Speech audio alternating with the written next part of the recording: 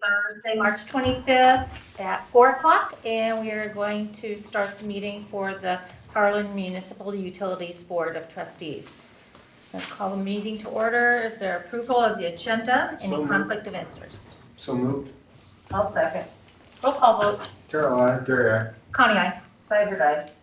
Reese, aye. Okay. Next, we have the approval of the consent agenda. All items listed under the consent agenda will be enacted by one motion with a roll call vote. There will be no separate discussion of these items unless a request is made prior to the time the board votes on the motion. The consent agenda items may include non-controversial subjects: minutes of the March meeting, abstract of the claims number 1185 in the amount of $2,177,736.15, and the upcoming board meetings of April 8th electronic and April 22nd in person or Zoom. I'll make a motion to accept that. Second. Roll call vote. Carol, aye. Gary, aye. Connie, aye. Seibert, aye. Reese, aye. All right, next we have, Okay, we still get some concerns from the public, questions about the weather event and stuff from February. And, we have tried to convey to the public that the event was widespread. It wasn't just HMU. Apparently some people are still having difficulty with that, but there was a good article in the last Sunday's Omaha World Herald about how some of the municipals over there are struggling. And then what we're going to watch is a little video showing that the impact was very broad-based across Iowa. So just a little brief story from out of Des Moines.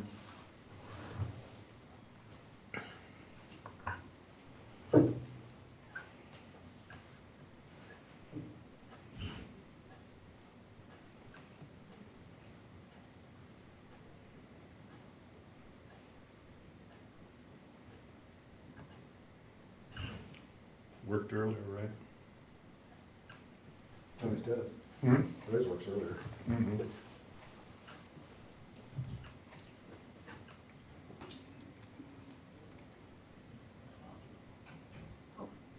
Is it over here? it's trying to, Is it responsive? It started.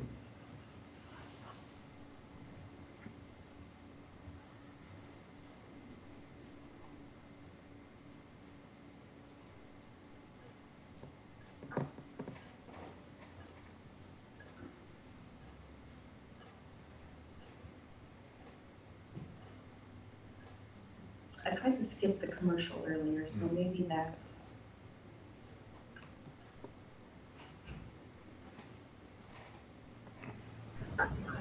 But gas bills have been going up in small communities across Iowa, in the southeastern Iowa town of Brighton. It's running in bits and pieces. You got to run the commercial too now to get this story. Some bills have been going up more than 700% lately. New news that even Stein explains the reason behind the increase and why residents there not feel warning about it. Bill from this month. Keep sure the year's utility bill is sitting on this tiny routine. It's $1,586.25. There's pretty much no way to even afford that. But he has no choice. He has to pay for it. That's 5-6 months worth of heating that we do, and we have to somehow pay that. With that bill came an explanation. Higher energy costs from the deep freeze in energy prices in Texas and made offers to set up a payment. Neighbors from here more is he had no warning this was coming. So we took his bill to City Hall. First, the staff member to run an interview with us. And sure enough, the person, though, a city council member directed us to the city's power supplier, Nebraska. Emails from the city's clerk office showed that the supplier warned the city about the increase in prices back on February 15th. He then told the city the record of the cold weather across the United States was decreasing supply. The city never formally told customers about gas prices until March 15th. The bills were sent out. The state told us that happened to smaller utilities across the state, passing on higher energy costs to customers. The city's utility never passed that warning on to customers. outside of mentioning it to people who walked into city halls and had no way to get a hold of them. But Charleader is not buying them. Our phone number's on file when you do the now. Charleader says if he found out earlier, he would have switched the way he was heating his house. Said his gas is fueling a $1,500 hole in his pocket.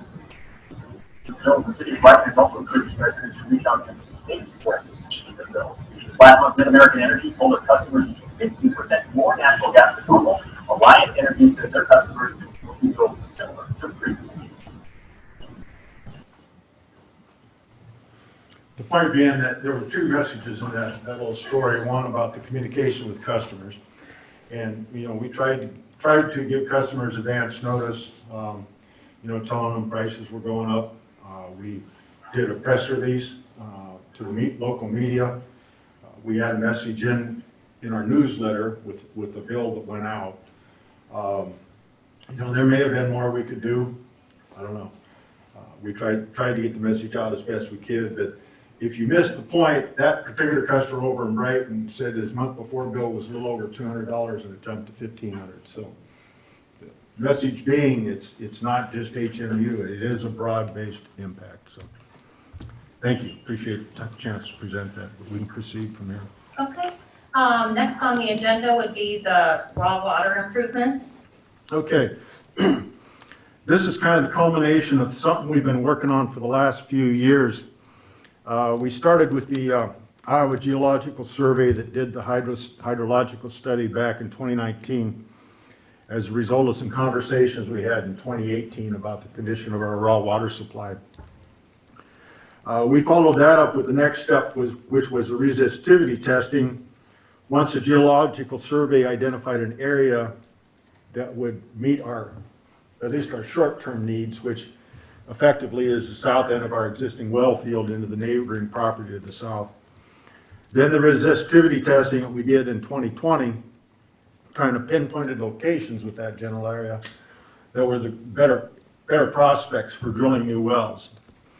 And so following that, our engineering firm, McClure, did this raw water study, raw resource development, I think is the actual title. But basically what they did is they assessed our current well fields from a production standpoint, and then they made recommendations for improvement. So that's kind of what we're discussing on a broad level today. And McClure is also online, and we're just going to ask if they could do just a quick brief overview of what their findings were. And then I'll get a little bit more in a little bit more detail after they present. So have we got something that they wanted to display or? Just one moment and I'll get their Presentation up. Okay, Joseph, we're ready now. All right, sounds good. Good afternoon, everyone. My name is Joseph Kellinger. I'm with McClure Engineering out of the Clive, Iowa office. I was the project engineer for this report. With me today off screen is Mr. Mike Trotter and Gary Bruns, and they'll be available to help address any questions that may arise. But let's go ahead and get started. The second slide, talking about our purpose for why we're doing this report. As you briefly mentioned, McClure was hired by the utility to evaluate the raw water system due to concern about the well production and whether we were going to be able to meet future demands. Our process to accomplish this involved a review of those previous reports that were mentioned, the IGS, as well as other engineering reports by previous consultants for you all, as well as our own field visits, and then measurements of your raw water system, the flow rate, the pressures that you're experiencing, and then taking those measurements and putting them into a computer model to evaluate what was going on. And then from that, we identify what potential deficiencies may exist, and then provided recommendations for improvement. So moving to the next slide, just for general information, this is an aerial overview of your city. I certainly don't need to tell you what your city looks like, but the area in particular that we are looking at is kind of that white blobby area down in the southeast part of town. That's where all of your raw water infrastructure is housed. And the next slide shows a more zoomed in picture of that and what that raw water infrastructure kind of looks like. Your raw water infrastructure consists of the water treatment plant, which is noted by that square, a series of 23 alluvial groundwater wells, which are kind of those small white targets, 2 bedrock groundwater wells, which are kind of the orange targets. Those are currently out of service and not producing any water. And then you have a series of ductile iron pipes with sizes ranging from anywhere from 4 inches, denoted by the green lines, to a 16-inch water line that was just installed with the installation of the new treatment plant, which is highlighted by that pink line. Once that water is treated, it leaves the treatment plant and either goes into the system via some various size water lines, or it goes into the storage system, which one of the storage areas is highlighted by that small circle kind of to the top center of the screen. So when we evaluate raw water supply issues, there are 3 things to consider. First is the raw water supply itself, which would be the condition and status of the aquifer. Second would be your water intake, which in this case is your wells.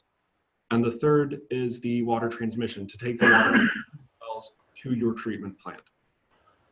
As you discussed, there was a report done by Iowa Geological Survey in 2019, and then further studies that followed up on that, evaluating the resistivity of the area and kind of highlighting some areas that new wells may go in.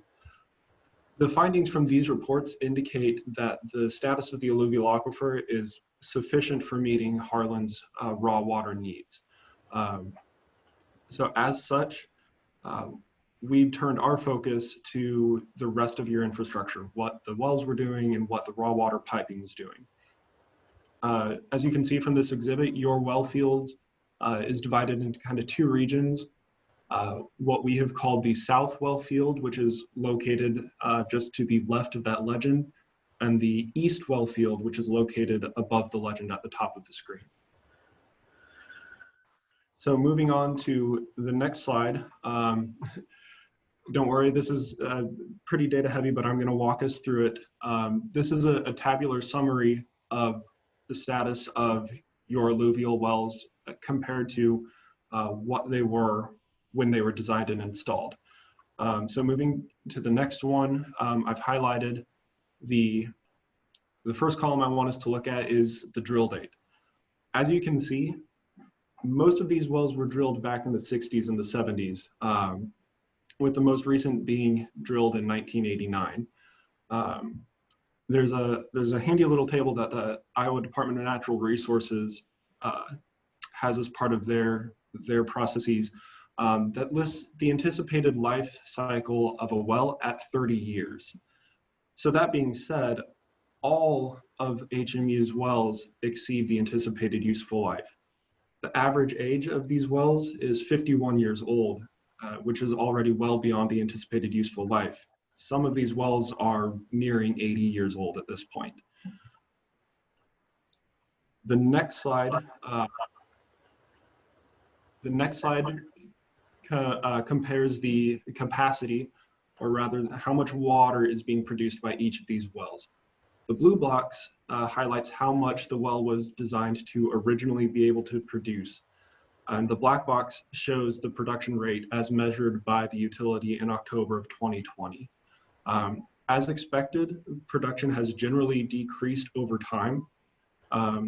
Some production can be temporarily recovered through maintenance and rehabilitation, but there's usually an upper limit to how effective those types of treatments can be long-term. The fact is just, you see this in nature and life and machines, everything, is that things just deteriorate over time and they're not as effective as they used to be. And when it comes to infrastructure, what that means is it needs to be replaced with new productive pieces of infrastructure. The next slide highlights the second category that we looked at when we compared the status of your wells, and that's a concept called specific capacity.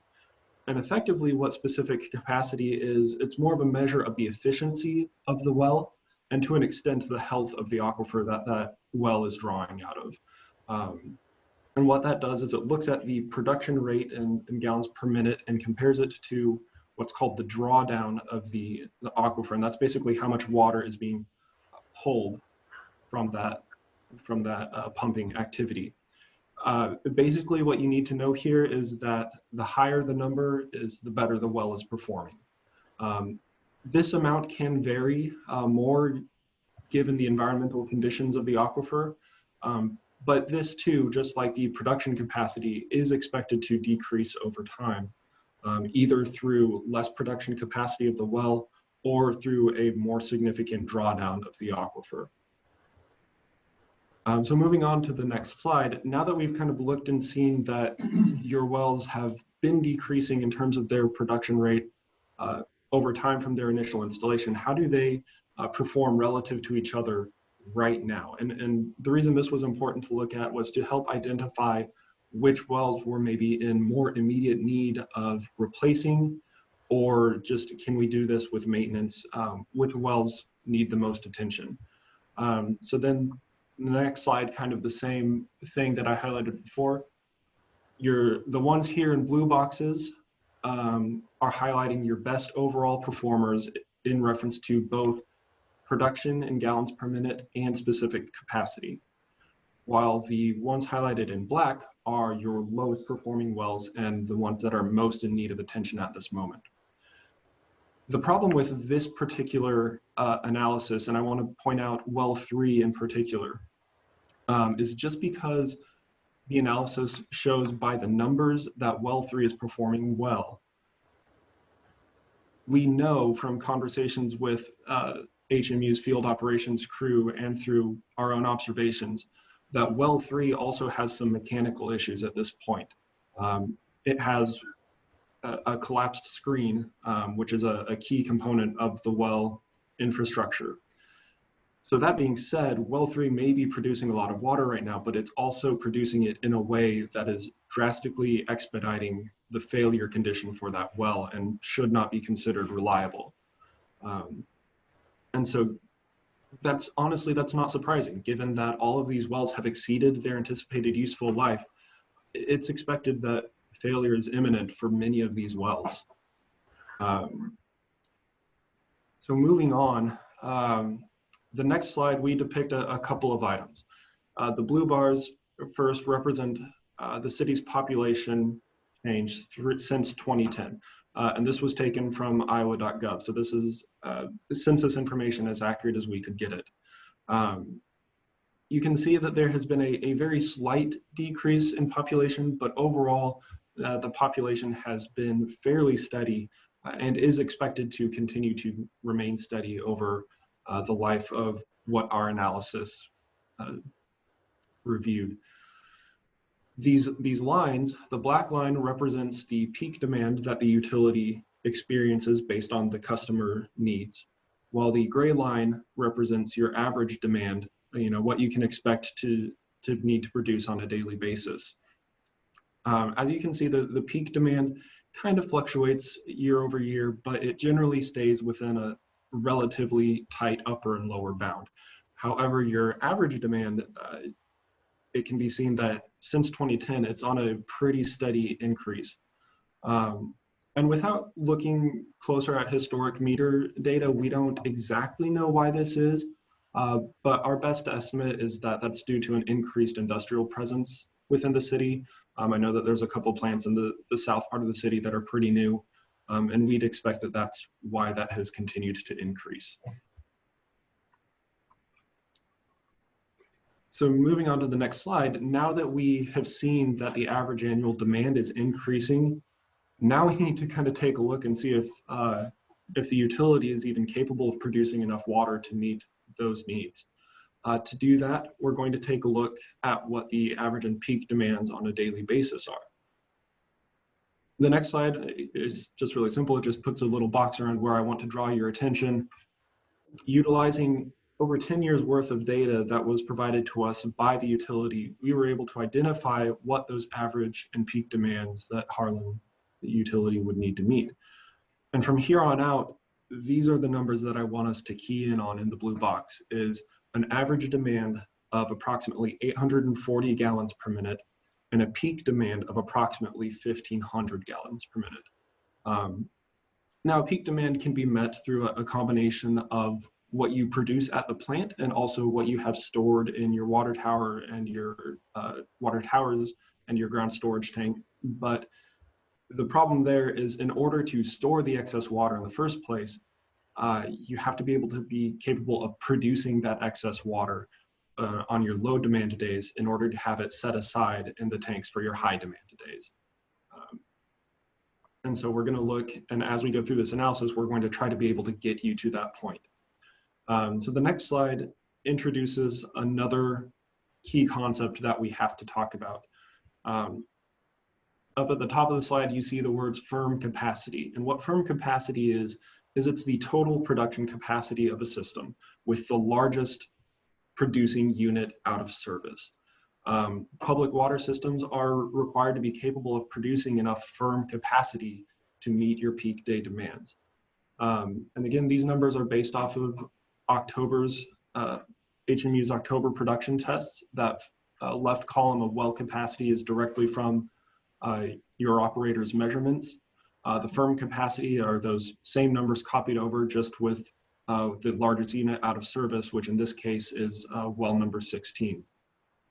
And then the columns on the right are just converting that into what does this capacity look like on a 20-hour operation cycle? Because for operational reliability purposes, you want to be operating your pumps for no more than 20 hours. You don't want to have to be running them on a 24-hour consistent cycle.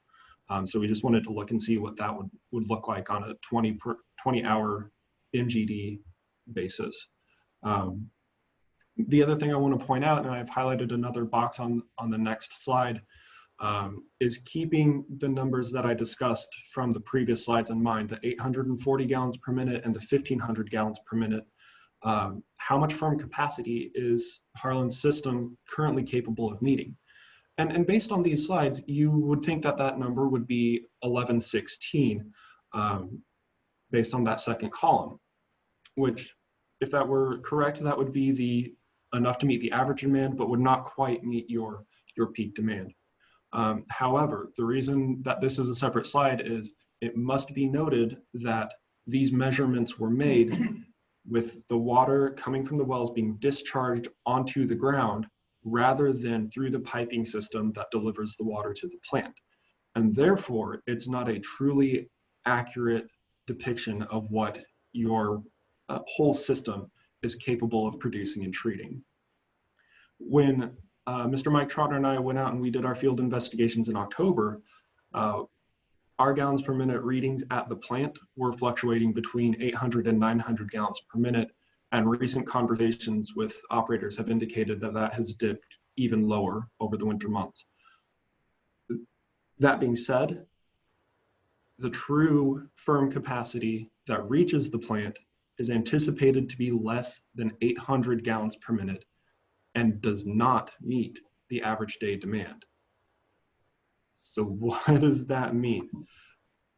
It means that not only are the wells old, not producing enough water, operationally unreliable, and that you're not meeting your peak demand because of that, it also means that there's then some sort of restriction present in your piping system that reduces the amount of raw water able to reach the plant.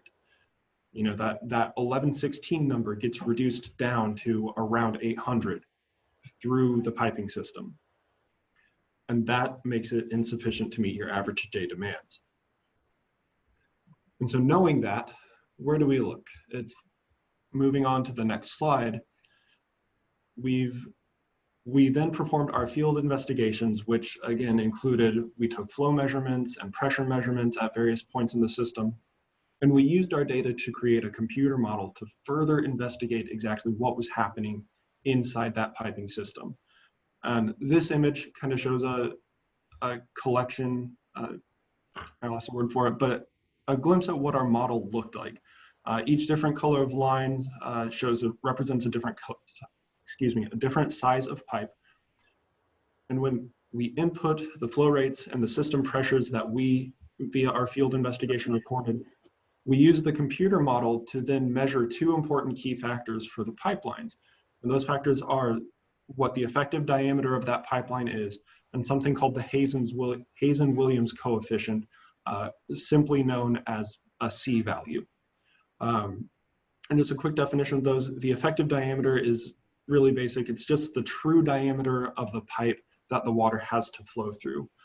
As lines age, particularly ductile iron lines that are installed in your raw water field, corrosion and other buildup tends to accumulate over time on the interior of the pipe, which then reduces the diameter. And the C values indicate how smooth the interior surface of the pipe is. The higher the C value, the better. The less friction there is that slows water down inside the pipe. This also will degrade over time as corrosion and buildup occurs. So moving on to the next slide, these are the results. And again, these are a lot of numbers, so I'm going to try to explain these very gently. These are the results of our piping evaluation through the model. These are divided into two tables, the pipes from the south well field on the table on the left, the pipes from the east well field on the right.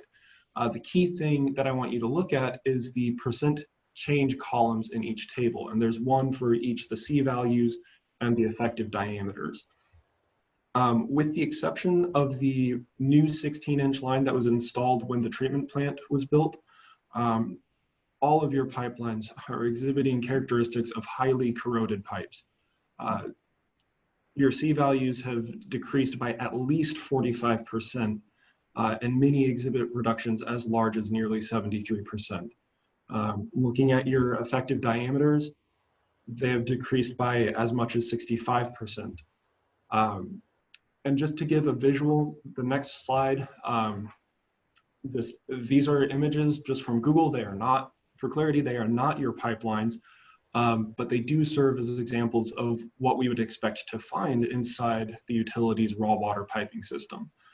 You can easily see how much buildup affects both diameter and pipe roughness, and can imagine how that would restrict the flow of raw water through your pipes.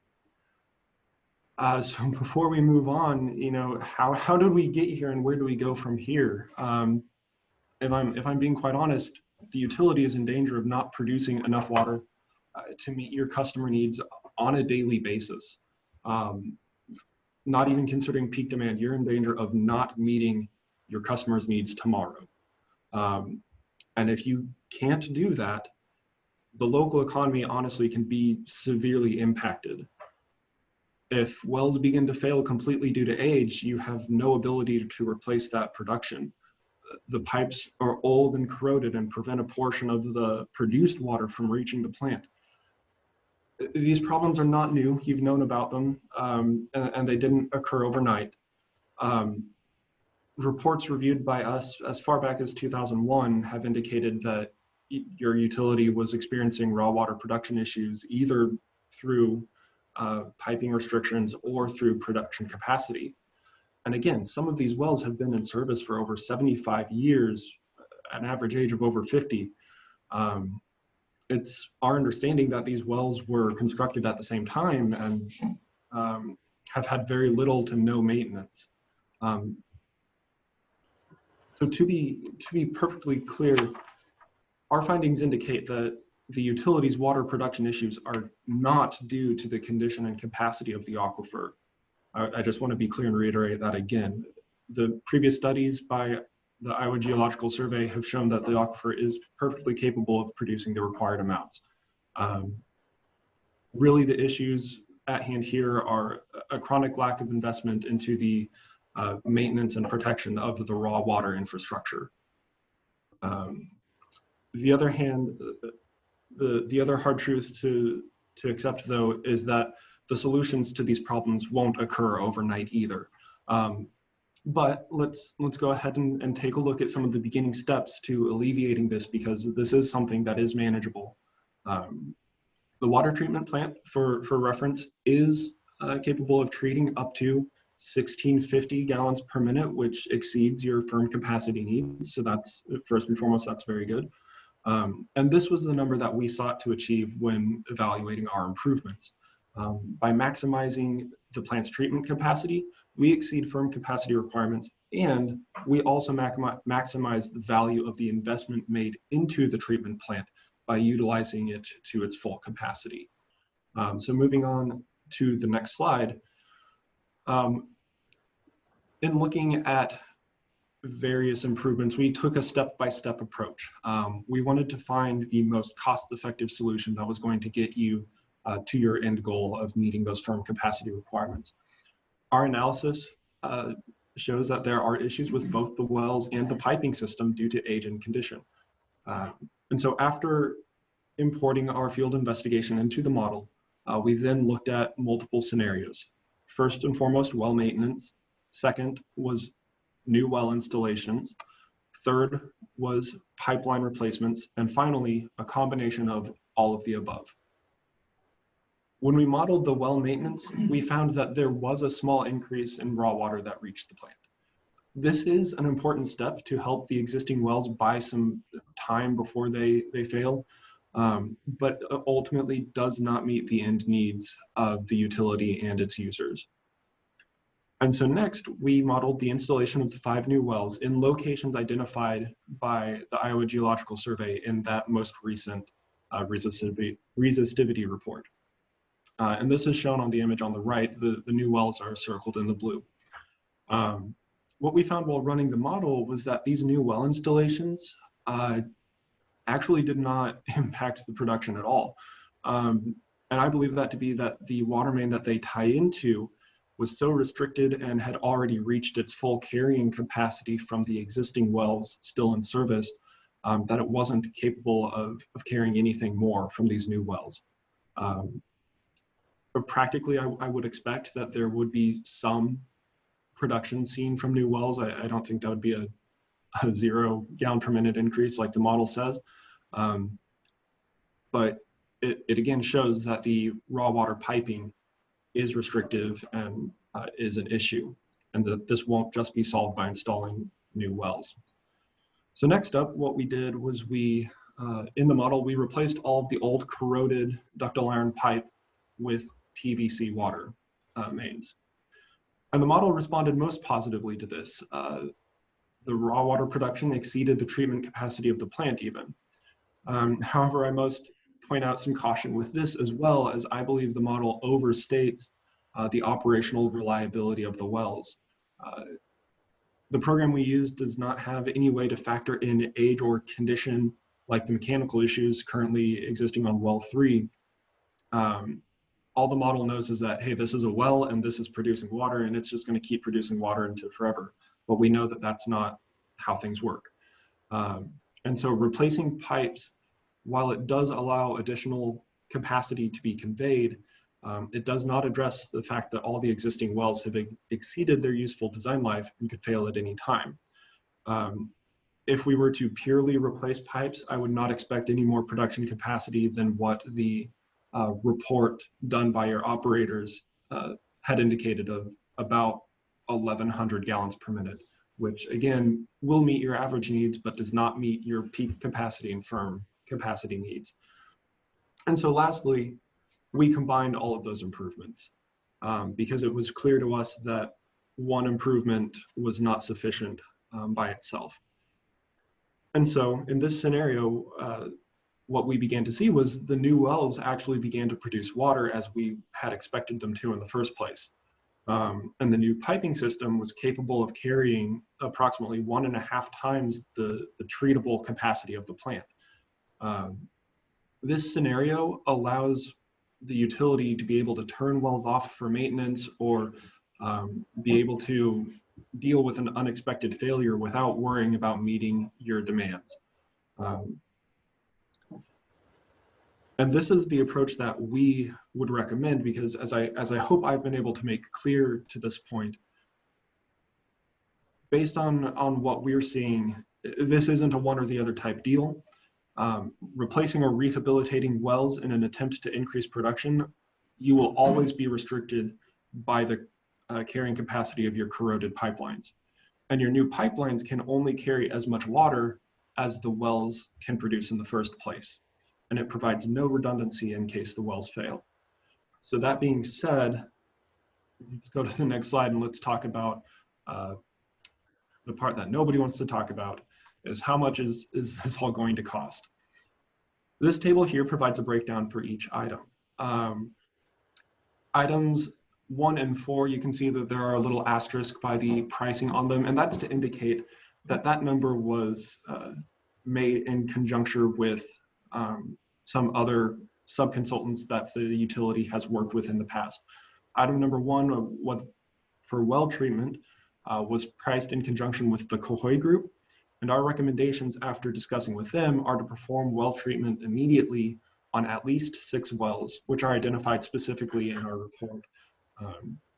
And we have budgeted for 2 types of well treatment, both air bursting and acidization, based on our conversations with them and the operators. We also reached out to HOA in regards to item number 4, which is the SCADA integration and upgrades. Because at very minimum, any new wells that are going to be installed will need to be tied into the existing SCADA system. However, in conversations with them, they also recommend a hardware and a software upgrade for the entire raw water system as well. And it would make sense to, if that's going to occur, that it would make sense that it get packaged with this type of project. As for our recommendations based on our own findings, our budget here includes installation of 4 new wells and a replacement of all of the well field piping. We would recommend that the easterly branch of the south well field be upsized to a 10-inch pipe. And that's in order to allow the utility to expand into a well field further to the south as identified as IGS. We didn't extensively go into that plan, but that is something that we would again recommend that the utility continue to look at as the existing well field continues to age and wells begin to go offline. But for right now, the recommendations here are to help provide the utility with the infrastructure capable of meeting customer needs and meeting your regulatory requirements. Some of those regulatory requirements are seen in items number 5 and 7. IDNR will require backup power generation to the new well houses, and we would propose bringing the entire well field up to that standard and connected to backup generators as well. Additionally, your new wells are going to be located directly in a floodway, and therefore there will need to be a study to ensure that those new structures don't impact that floodway. So if you're still with me, going on to the next slide, I understand that 3.8 million is a lot of money, and I certainly don't have that sitting in a safe at my house, and I wouldn't expect any of you do either, and I wouldn't expect for the utility to try to pay that out of pocket. So as part of our analysis, we investigated a couple of financing sources, namely the Drinking Water State Revolving Fund, both in 20 and 30-year loans, and the U.S. Department of Agriculture Rural Development 40-year loan.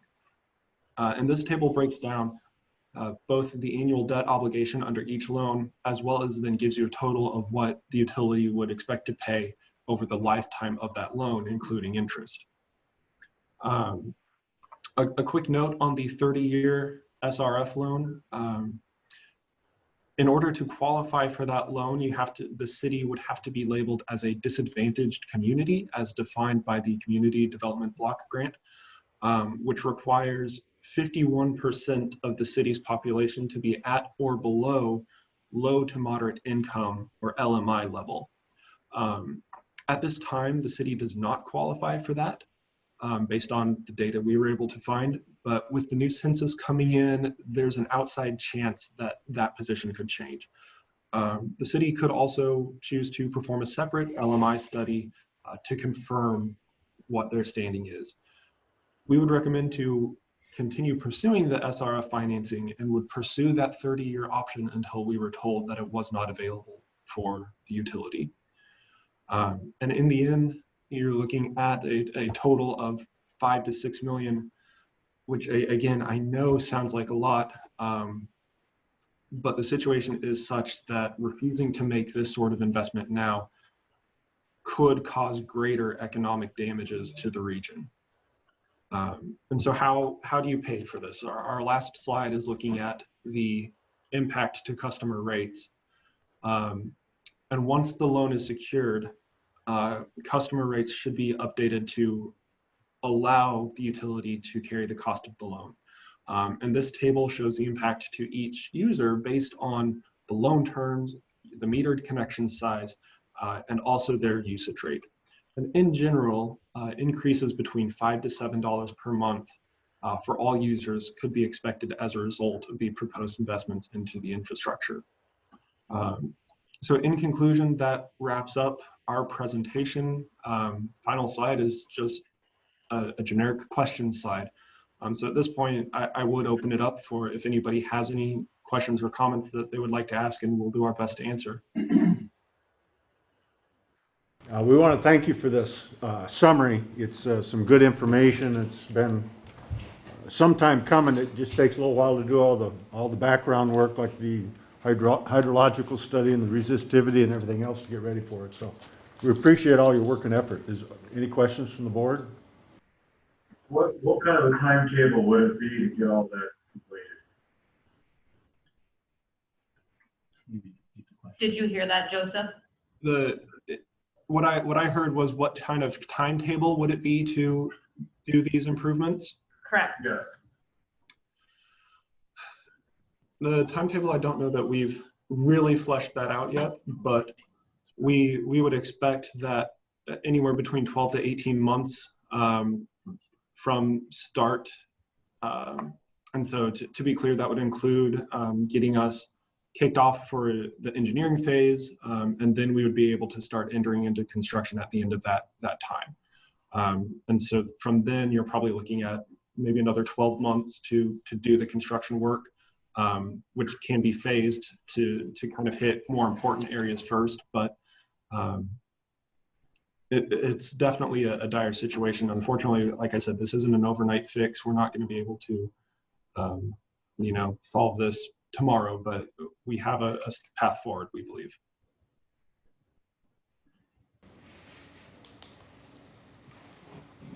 Any other questions?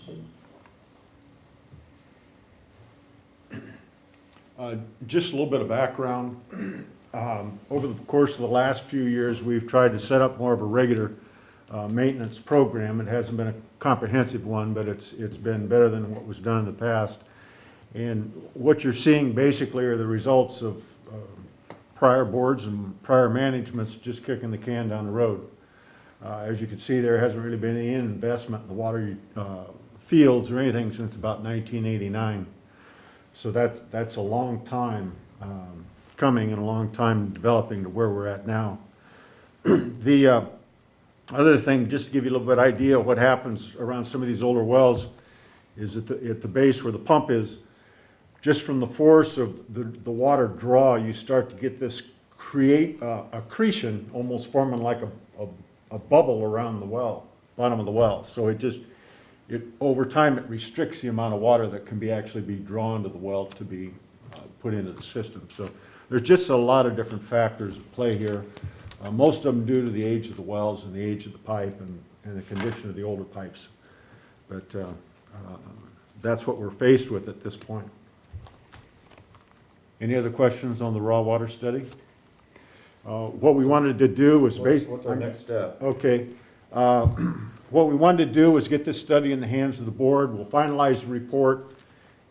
And then once we have the finalized report, we need to visit with the IDNR a little bit with where they stand on all this. And then we would probably at the next meeting try to come back with some kind of an overview for a proposed way to move forward. And of course, there's a lot of steps there.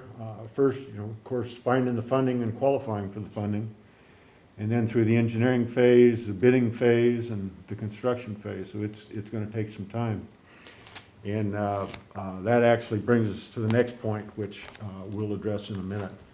But that's kind of the plan. We hope to be able to finalize the report and then be able to come back some type of a broad outline for the board to consider at the next meeting. This is Thad Danfito. If you guys had, I've been listening in and I read through McClure's report, and I had actually had the opportunity to be in Harlan just, I think it was last week, to do the sanitary survey. So we've certainly noted that, you know, water capacity has been an issue before, although it's extremely interesting with regard to the study. Now learning about the restrictions within the transmission pipeline, which is interesting and unfortunate. What I would say is that, and obviously this will all get routed through our engineering section, but we as the field office just want to let the board know that we're available if there are any questions.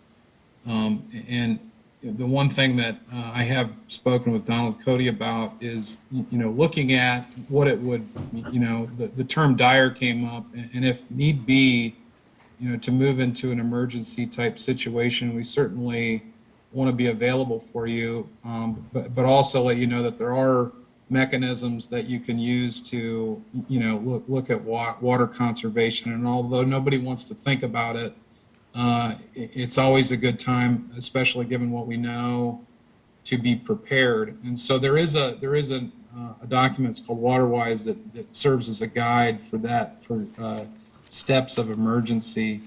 You know, should water conservation become an issue. But I just wanted to put out there that we're here and we're listening, and certainly I'll reinforce some of what I learned during the survey and also through listening in my inspection report. It won't change anything. We know that there's been an issue with water capacity before, but we definitely want to let you guys know that we're available if you need us. Thank you. Thank you. Appreciate your comments and support there. One item that I did want to bring in all this discussion is that we're evaluating, having our engineers in Tenasca look at whether or not our 2 CAT generators are actually required to meet our electric requirements on standby or backup or peaking. And if we could release one of those, we could potentially move one of those to the well field for our backup generation. It would require quite a bit of electrical work as far as getting it down there and getting it set up, but it could potentially reduce some of that cost, that $360,000 they're projecting for a generating facility. We're currently getting information to bring that second generator into compliance as far as air quality, and so we'll also be bringing that information to the board in the future, but that's just something to kind of keep an idea on as we move forward, as we have that potential to reuse one of those 2 generators for the well field support. And that is a requirement now from the IDNR, that you need to have backup generation in your well fields, which we currently do not have. So, any other questions in that? Sorry? That is something that we would definitely, in the design phase, be interested in pursuing. You know, we want to help you guys as much as we possibly can. And, you know, just to reiterate, this has been an ongoing issue for a very, very long time. It's not, you know, it's not new. It's not, you know, completely on you guys. You guys are taking the steps to evaluate this and do the improvements. And that's what's important right now. So, you know, thank you for allowing us the opportunity to do this work. And I hope that we can help you guys overcome this situation. So Thank you. We appreciate that support. Any other questions? Okay, well, we'll work with the engineers and we'll get a rough outline of a proposal for the next meeting. Is that acceptable? Okay, all right, thank you. All right, thank you, McClure. Thank you, DNR. Thank you. Thank you. Okay, Well, next on the agenda would be the drought impacts to the water supply and consideration of possible conservation measures. yeah, and that is in conjunction with what was mentioned about potential next steps. We had our first meeting with the city today about things we could potentially do around the city, like extending the time frame to fill the swimming pool, that type of thing. But basically, we're looking at all options at this point, and The key part of it is just identifying those areas that have the greatest potential. Now, we do have an existing water policy having to do with what happens if we get into a water conservation mode. It's our water policy number 6. But it primarily focuses on, number one, providing information to the public about what the situation is, providing information about what they can do. This is everything from low flow shower heads to minimal lawn watering and that type of thing. And then it also gets into a step 2 prolonged drought, where we would actually try to do restricted or alternated lawn watering type activities. But the bottom line on it is that we only have a single interruptible water customer on our system. And if long story short, it could potentially impact our biggest water user and also, an employer in the community. So there are some real ramifications if we ended up getting to the final stage of that from an economic standpoint as well as a public welfare standpoint. What was referenced is WaterWise. I'll get copies of this out to the board. We'll get a copy of it out to the media. This was developed by the Iowa Association of Municipal Utilities through grants with the Iowa Energy Center and Iowa Economic Development Authority back in September 2013. And it's a very broad-based study, and it's very timely from the standpoint. It goes through how to work through various stages, water shortages, water emergencies, and what they base it on is a 75% pumping capacity. You're in a water watch situation. 85% of pumping capacity, water warning, and then when you get as low down into 95%, at that point you end up water emergency water rationing. So I mean, there's different levels of concern that they have outlined. So we'll be familiarizing ourselves with that, but also they have everything in there for model ordinances, which we do have a few things in place, but we do need to expand it from that point. So we'll be focusing on water in the short term over the course of the next couple of months. And we do have some good resources. IDNR, off their website is where we pulled that WaterWise, as well as some other types of support materials. And just, I think I've mentioned this before, that I believe it was the town of Walnut that drilled a new well, and kind of on an emergency basis, and then they drilled it and found out they had an issue with iron in the water. But it was brought to my attention that just a public notice article impacts the floodplain City of Elkhorn water system. So we're not the only community that's having to deal with water issues. Unfortunately, it's one of those things that a lot of communities just kind of took for granted for a long time, and now it's time to pay the piper on a few things. But we'll see where we go. We're also pursuing opportunities for funding. I'm working with the Chamber of Commerce and SWPCO, and we're pursuing all opportunities. I met with one of our local congressional representatives a couple weeks ago when they were in town, looking for opportunities, particularly with all the talk and discussion about infrastructure. And so we have a number of different people looking for grant and loan opportunities in addition to the examples that you saw on the board. So we're trying to pursue every avenue in that regard. Okay, that's it.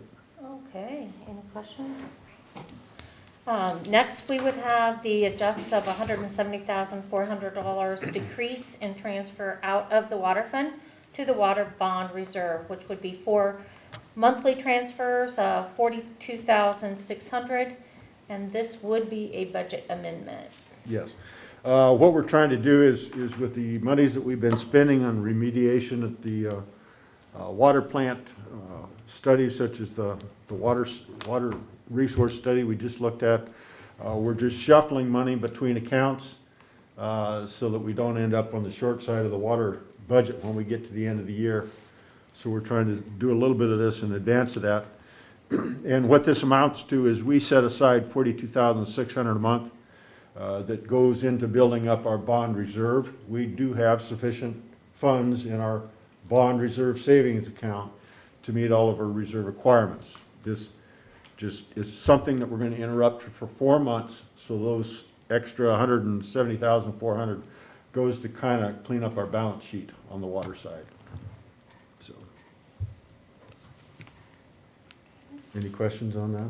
Nope, so really it's excess funds that we don't need in the account at this point. Yeah, we're overfunded on that reserve account anyway, so we're just gonna interrupt that contribution for 4 months to let us catch up on the balance sheet. I make a motion to do that. I'll second. Roll call vote. Terrell, I. Terry, aye. Connie, aye. Seibert, aye. Reese, aye. All right. Next would be the water reserve funds at Shelby County Bank CD, delisted as being restricted in the amount of $277,000, and that would be subject to legal counsel review, and that is an action required. Right. What this is, again, it's about the water fund at the end of the fiscal year. And I can't give you the background on what occurred here, but we have a CD out there, roughly $380,000, that a portion of it is unrestricted, but this 277 in the records and the way it's been tracked shows as restricted as a bond reserve. And so we're just changing the classification to where it removes that bond reserve off that CD, so we can also use that in this water fund to balance toward the end of the year. So it's just an action to lift that restriction on the 277, to transfer it into the general water fund. We do have our legal counsel, bond counsel, reviewing that. We haven't got an opinion back, so any action we take would be subject to legal review. I'll make a motion, we do that. Second. Roll call vote. Terrell, I. Terry, aye. Connie, aye. Seibert, aye. Reese, aye. Okay. Next we have the SPP attachment for the credit policy to open access transmission tariff. Item 8 and item 9 are kind of annual renewals with our wholesale power providers, SPP and MISO. Item number 8 is for SPP for the two Appendix A credit application, and Appendix E annual minimum market participation criteria. So these are renewals of existing agreements. So these are just something that we do every year? Yes.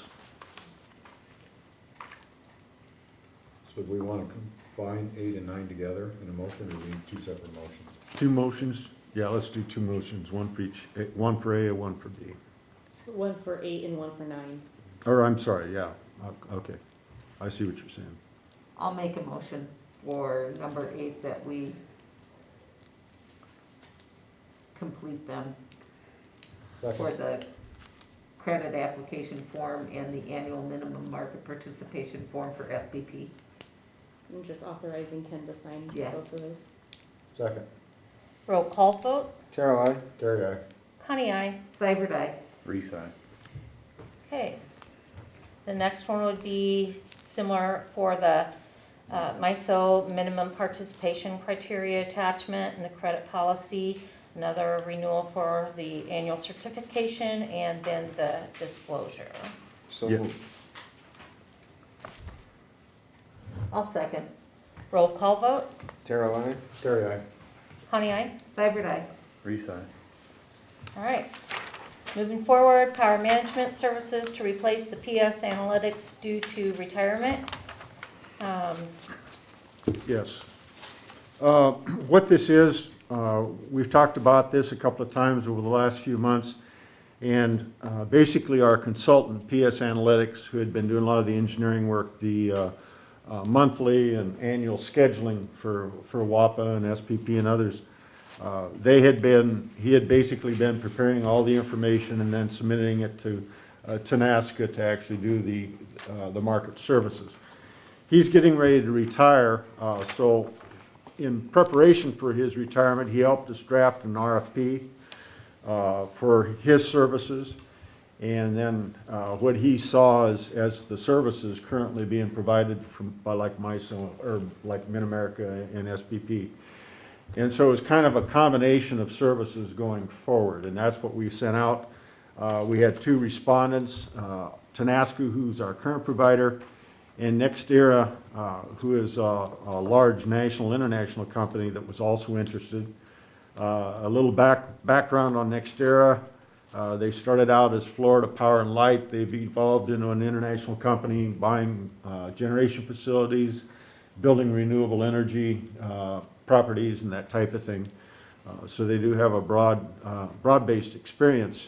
They also provide services similar to what some of the agencies provide on the gas side as well. So they do have quite a bit of capability.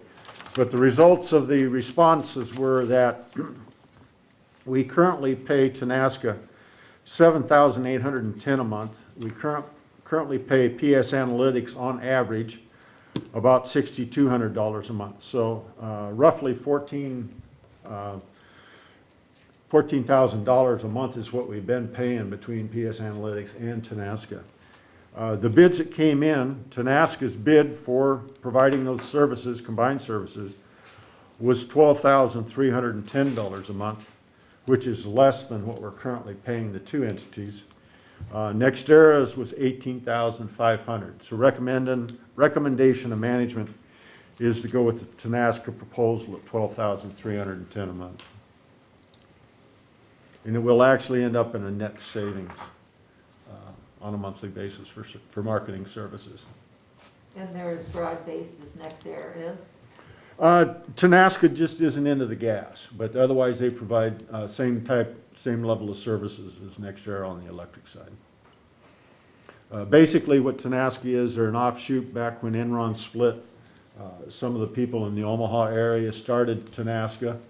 They also own generation facilities around the world, but they have moved and now do most of their marketing services out of the Arlington, Texas area.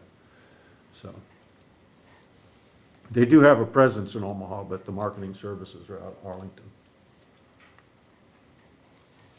I'll make a motion that we accept the Tenaska bid. Second. Roll call vote. Terrell, I. Terry, aye. Connie, aye. Seibert, aye. Just as a follow-up, we did route this to the electric committee, so it was reviewed before we brought it to the board, so. I'm sorry, I interrupted. Aye. All right, next we have the Green City Energy Fund in the amount of $14,427. This is on the agenda. It was actually a question that was brought to our attention by one of our customers who has been contributing to the Green City revenue on the electric utilities for a number of years. And we didn't have an answer to his question is, what's my money doing? And we currently have $14,427 of customer contributions to the account with no real defined purpose. So the question to the board is whether you want us to look at options, perhaps long-term, that these funds could be used for, or what purpose or intent or direction we should move this account. So at this point, it's just a discussion item, bringing it to the board's attention. But we're just looking for input from the board. What was the fund originally established to accomplish? We don't know. We can't find any historic record of what it was originally set up for. I think since it's been customers that have contributed to it, we need to find a project that, when it sounds like it's green, we need to find some project that kind of fits that mold. And if we know who the customers are that contribute to it, maybe go back to them and say, this is the project we're looking at, and how do you feel about it? Okay. That's my recommendation. I don't know what you guys feel about it, but. I think it's a great idea. From the looks of it, we've been accumulating money since, 2012 or better before. yeah. I don't know how long. This starts at 2012, Yeah, so. and had almost 8,000 at that time. Mm-hmm. So maybe we plant trees or do something, but I think it needs to be a nice project and some recognition to go with it. Well, when I think of Green City, I think of something energy-wise, green city energy, so we aren't using the fossil fuels or something like that. Whether it's used to purchase a hybrid car for employees to use, you know, a hybrid vehicle or something like that. Well, we already have a hybrid, what is that, a Ford, Escape. Ford Escape, that's a hybrid vehicle. But couple of, you know, just a few things that we've kicked around, you know, previously we've talked about the concept of looking at maybe a community solar farm. Yeah, that's, You know, I was in a meeting a week or so ago on a presentation about doing some wind generation. I mean, the people making the presentation were looking at whether or not Shelby County was interested in a very large wind project. But the one thing that we had looked at, we've actually had a study and then restudied it, and that was wind energy, and the prime spot was always out at the old landfill where the compact station is, off the northwest edge of town out there. And that is close to an area, we still own a piece of ground off of Cyclone, west of 59, that was originally set up as a substation. So if we ever did do something out on the county ground, it wouldn't be that big a deal to come down our 69 line and have a substation location on property that we already own. So what we'll do then is we'll kick around a few ideas internally, visit with the county about things that they might be considering. We've had some preliminary discussions with the chamber and I need to visit with the city a little bit more in depth. But I think we do need to at least come up with some kind of goal or some kind of purpose. With regard to the trees deals, we already grow trees down in the well field. Most of them just sit there unused. But, you know, we can also take a look at the tree because I think carbon sequestration and trees and stuff are going to be a big thing going forward as well. So we can actually take a look at both. I'm just throwing trees out as an example. Sure. I'm Yeah. not married to the trees. Sure. Okay. All right. And those customers might have some good ideas too. Yeah. Yeah. Yeah. But I Check think- with customers. I think it's a neat deal. Okay. All right, next on the agenda is going to be the invoice for CCI Systems Annual Support Digital Content Manager in the amount of $3,655.28. Again, this is an annual support renewal. So it's not a new one, it's a annual one being renewed. So. I move to approve the payment of the CCI Systems Annual Support. I'll second. Roll call vote. Terrell, I. Terry, aye. Connie, aye. Seibert, aye. Reese, aye. All right, next would be the resolution number 40-2021 to approve the rates for cable TV internet services. Okay. Every year we go through this, passing through the ever-increasing programming costs of the various channels that we carry.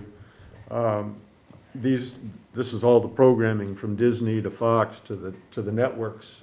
Every year they bump their rates, and we generally do that as a pass-through.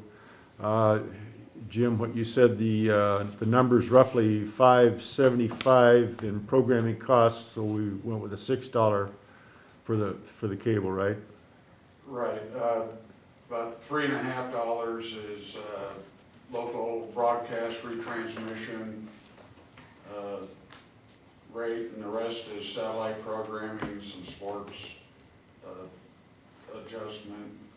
This was a renewal of 3 years with the broadcaster, so they typically have higher rates get negotiated. And it's just, this year we did have opportunity to have NCTC negotiate for 2 of the local broadcasters, so that helps us out quite a bit. When we're talking local, you're talking like channel 3, 6, and 7. Right. Yeah, Omaha And then broadcast, ones out of we Des still Moines, carry yeah, one morning. yeah. That's about 65% of the Increase, adjustment. yeah. And, yeah, it's getting kind of, well, it's been out of hand for Yeah, several years. yeah. And we had hoped to have this to the board a little bit earlier. It just took some time to work through all the numbers to where our staff was all comfortable with it. So that's the proposed rate, and then the bump on internet is what, roughly $2 Yeah, it's $2 for on the internet?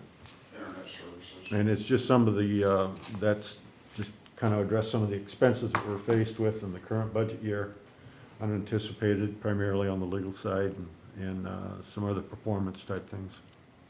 And there was just one, change on what was sent out. The residential internet service stated it was $55.95, and that should be $55.99. So 4 cents, but wanted to make sure you guys were aware of it. Okay.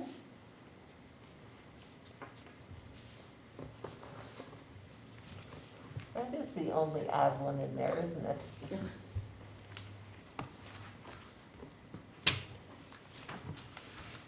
I make a motion we approve resolution number 40-2021. I'll second. Roll call vote. Terrell, I. Terry, aye. Connie, aye. Seibert, aye. Reese, aye. Next on the agenda would be resolution number 67-2021, approving telephone service rates. This is basically a $1 increase in the residential rate. We're still below the competition in town with regard to residential. We didn't increase the business because we're close, we're still under the competition, but not by a lot. So it's just a $1 adjustment on the residential side. Again, basically to cover some of the unanticipated legal expenses that we're faced with. Make a motion to approve resolution 67-2021. I'll second. Roll call vote. Terrell, I. Terry, aye. Connie, aye. Seibert, aye. Reese, aye. Next is rescind resolution number 38, the low-income connection assistance and low-income life assistance. And that's Basically, bas- go ahead, Jenny. No, that was basically just because they've been listed in those pricing resolutions that just got included, instead of being a separate standalone. So it's part of the other one, the resolutions. Okay. It's still there, it's just in a different place, is that what you're saying? Right, so we don't have to look in 3 different places. Gotcha.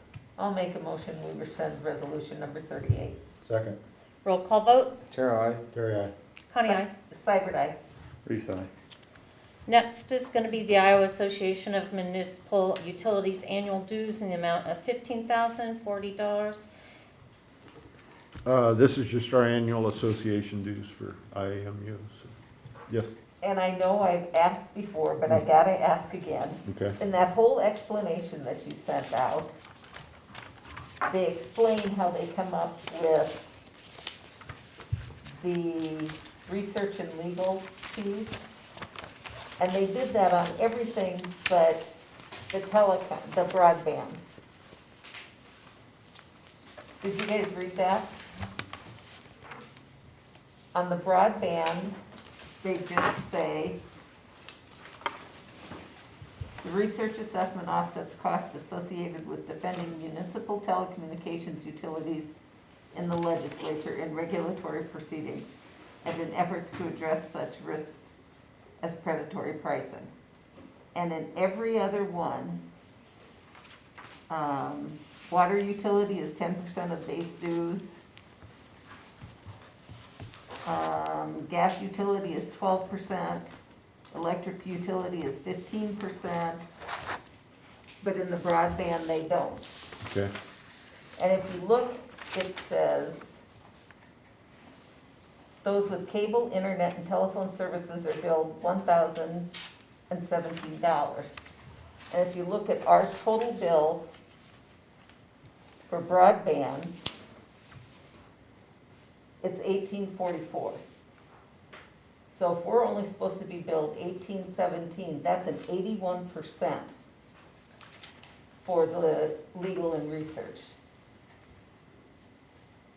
So I'm just curious what percentage, unless I'm looking at it wrong.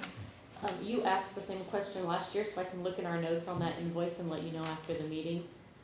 Because I remember you asking that, and we called IAMU to clarify it. Yeah, I thought, but it just, Well, they got that, there's 515, a 354, and a 1017. okay, But you 515 can't and those add with any of those cable. three together to get this number. delivery of cable or internet services are billed 5:15, and those with cable, internet, and telephone are billed at 10:17. And systems exclusively providing third party at 354. Yeah, But, yeah.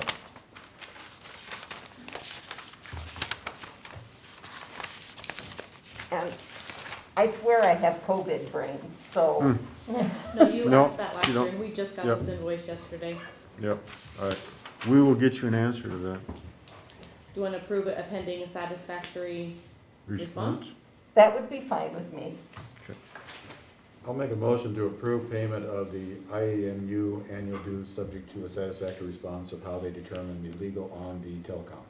Second. Roll call vote. Terrell, I. Carry on. Connie, aye. Cyber die. Reese, aye. Next is going to be the COVID-19 policy updates. Currently are in effect until the end of this month, March 31st. And basically just trying to see if we're going to extend them or what our policy is going to be here. And I just left the dates blank because last year you guys, in January, you guys threw me a curveball and changed it to March, so. I had to Here's my reword it. suggestion, I think, and correct me if I'm wrong, a number of the employees that wanted to be vaccinated had started that process now, is that? Correct. Those that, under HMU as the group, we had those that have all shown interest in that. They have been, that was, I think, 2 weeks ago, last week or 2 weeks ago. And then, there are others that have done it on their own. Okay. So I think a number of them at least have had access to it, so I would suggest once everybody's at least had access to it, and everybody's gonna make their own determinations whether they're gonna be vaccinated or not, and I understand that, I'm not gonna push anybody one way or the other. But once everybody's had that and we passed our time frame of where the vaccination is effective, then I would suggest we discontinue it at that point. So whether that's April 30th or May 31st, I'm not sure the date, but. I agree. I think most of our research based on this was that after the second dose, that it needed to go at least 2 weeks past that. So once the window of opportunity, a month after that was opened, a month after that plus 2 weeks, so 6 weeks after that would be a reasonable time to open back up. So you. Yeah, our preliminary conversations internally, we were looking at maybe May 1. We would still have some restrictions as far as, asking them to wear a mask and limiting the number of people in the lobby at the same time. But we were looking at targeting May 1 to And do I it. think it's perfectly reasonable when people come in, that the employees also put on a mask. Yes, that will be part of it, that if we have a customer come in, the employees also will mask up. So we do have the barriers up, but we Yep. will still do the mask. And I think the whole process is going to change in the next 30, 60 days as Yeah. the CDC comes out with additional information and we'll know more, so. Okay, so then we've got two agenda items, 17 and 18. We discussed 18 pretty much. Yes. 17 is, Yeah, we'll go back to 17 to see how long you want to, because these dates might be different, 17 and 18. How long do you guys want to extend offering the COVID pay for employees that haven't used any yet? Leave balance is going negative, telecommuting policy, and allowing part-time employee to work over 25 hours if needed. I would suggest going another month, Yeah, let's April take 30th. it April to 30th. April 30th. So I'll make that motion that we extend it from March 31st to April 30. On each of those items. Correct, yes. I'll second both. Roll call vote. Terrell, I. Carry on. Connie, aye. Cyber die. Reese, aye.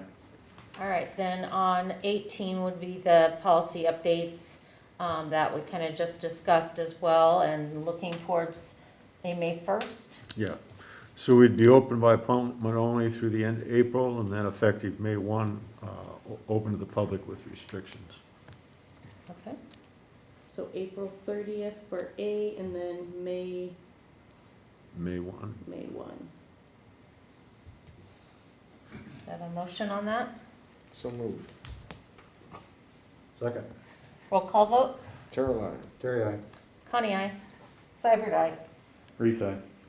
All right, next would be the information discussion only for McClure invoices, water system expert witness of $1,219.28, and the raw water system evaluation of $1,700.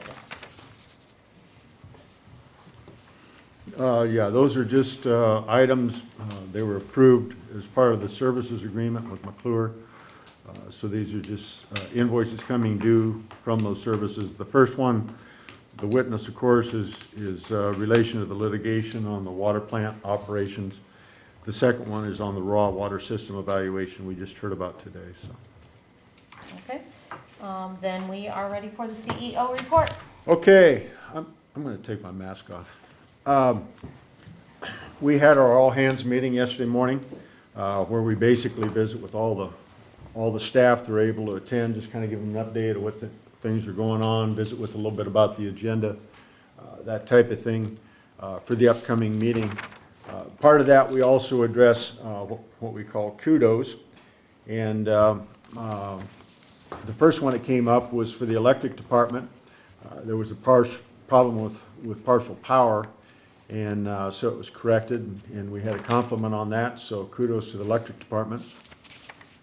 We had actually had a compliment from a customer that said he was pleasantly surprised his gas bill wasn't more after all the news stories and everything else that he had heard. So it was nice to hear that one, but it was a kudo to HMU for controlling his costs, and he appreciated the work we do. We had a kudos for our CSRs. It was regard to an individual living up on 8th Street, but it was for the courtesy and consideration of the CSR show. We always appreciate the hard work that they do on a regular basis. And then also to Troy Ransom and Lexi, and Troy Ransom and Sean, and to Shelby, different kudos that came in with regard to customer questions and service requests in the telecom department. So we always like to share those and appreciate the dedication and hard work of all of our employees. So we like to bring that up when we can. In that regard, we're a little bit after the fact. I think we mentioned this at the special meeting, but I'll mention it again. And that was that March 18th was National Gas Utility Workers Day. So we had a little story piece in the paper about that, but we appreciate all the work of our staff. Something that came in a little bit late, we haven't even finished reviewing it yet, but we're getting ready to put out the public notice that's required, and that's the MPDES permit. You can recall that last year before the freeze-up, we did the flow study in the river. This is regard to the discharge from the water treatment plant. And we did today receive a preliminary permit. What that means is it's subject to us being able to answer and respond to some remaining questions with regard to operations and other such items. In addition to that, we also have to post a public notice, and there'll be a comment period before they would get around to the point where they could potentially release a permit renewal. This goes back a little over a year. We made original application to have the permit renewed. It was either October, November of 2019. Worked with the DNR through 2020. Arrived at the point where we were able to do the flow study before the freeze up, and so we're getting a lot closer on the renewal. How long would that be good for once we get It would be, what is that, a 5-year? It's five or seven. Yeah, 5 or 7 year renewal based on the final date of when it's put into effect. So that was some news. We've kind of been waiting to hear what the results of that were going to be, but it looks positive going forward. Like I said, we got a few things we have to address, but we'll work on that and respond back. One other item, this is in conjunction with the latest, what they call COVID relief package, which is, well, I won't get into politics, it's a lot more than COVID relief, but included in that was some Iowa rent and utility assistance through COVID and through the state. So there are funds available for customers who are having continuing problems with their utility bills, you know, if they've been out of work or reduced hours, that type of thing, but there is some more relief monies coming. And then just a final comment, we brought this up, just a reminder, we are into the severe weather period. Was it today, the siren, or yesterday? Yesterday, when the sirens blew as a test. So it's that time of year. And that's all I have, unless we have some questions. Anyone got any questions? Anyone Okay. on in with public? Jean, did you have a question? No question, just a quick update and comment on the board and the public that the North 7th Street Bridge replacement actually just got underway today. So if you see some activity, that's down near the Hanson House. Excavator, backhoe, and some other equipment got on site today. And so that will be happening over the next few months as that bridge structure is replaced. So that's just more of just an update for the board and the community. Okay, Thank you. anything else? We are adjourned. Okay, thank you.